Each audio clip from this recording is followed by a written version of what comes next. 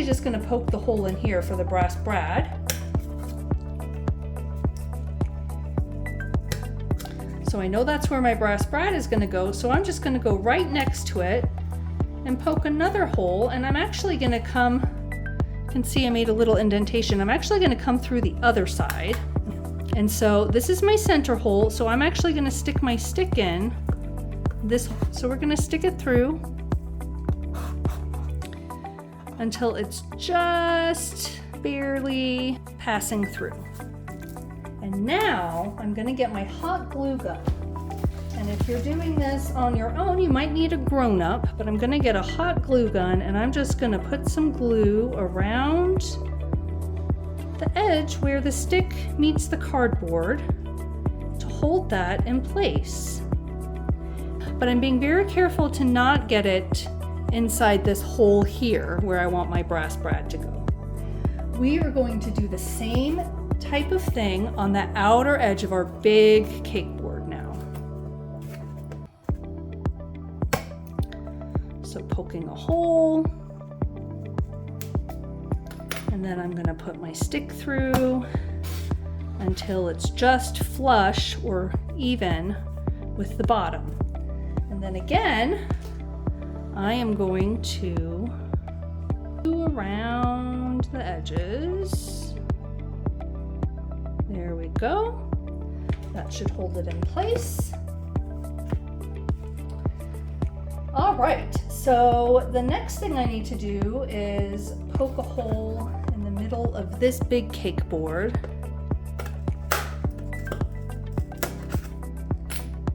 And then I will feed the brass brad right through there, and then I'll put it through this one.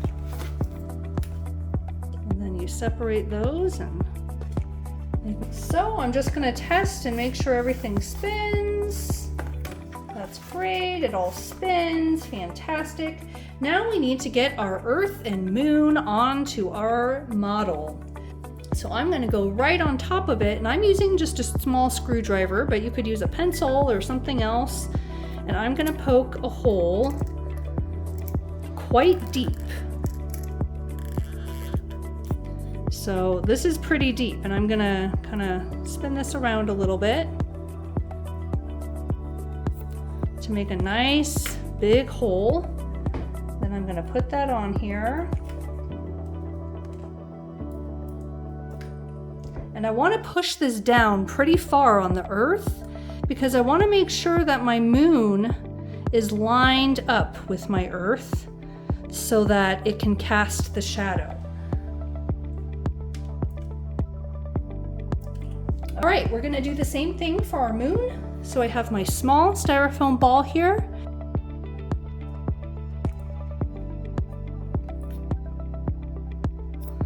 There we go. Got my hole. Put this on here. And then what we want is for these to be pretty even so that it can cast a shadow. And I think that that looks pretty even. So then, just make sure that everything spins, my Earth can rotate, and we have the moon rotating around the Earth. And that is our model, and so I'm actually going to make a whole bunch of these and bring them to my students, and they're going to decorate their moon and their Earth in class today. So now that we have the model ready to assemble, it's all ready to go, we can just decorate it however we'd like. So I'm gonna take this guy off here, and I'm gonna attempt to draw some of our continents here. All right, here we go. We have our sun as this flashlight here, and our Earth here, which rotates. Now the Earth is also rotating around our sun, but we're not going to depict that.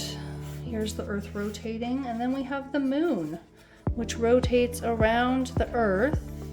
You can see in this rare event.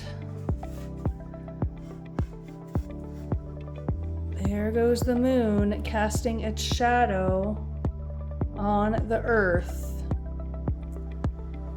You can see as the Earth spins, the parts of the continents that are affected by the shadow change, which makes the path of totality. And then as the moon keeps rotating, then that just doesn't happen again until many years from now. In the United States, this won't happen until the year 2044. But this is what it looks like. Yep, there goes the Earth, getting shadowed by the moon. All right. To see this from another angle, we're going to put the sun over here.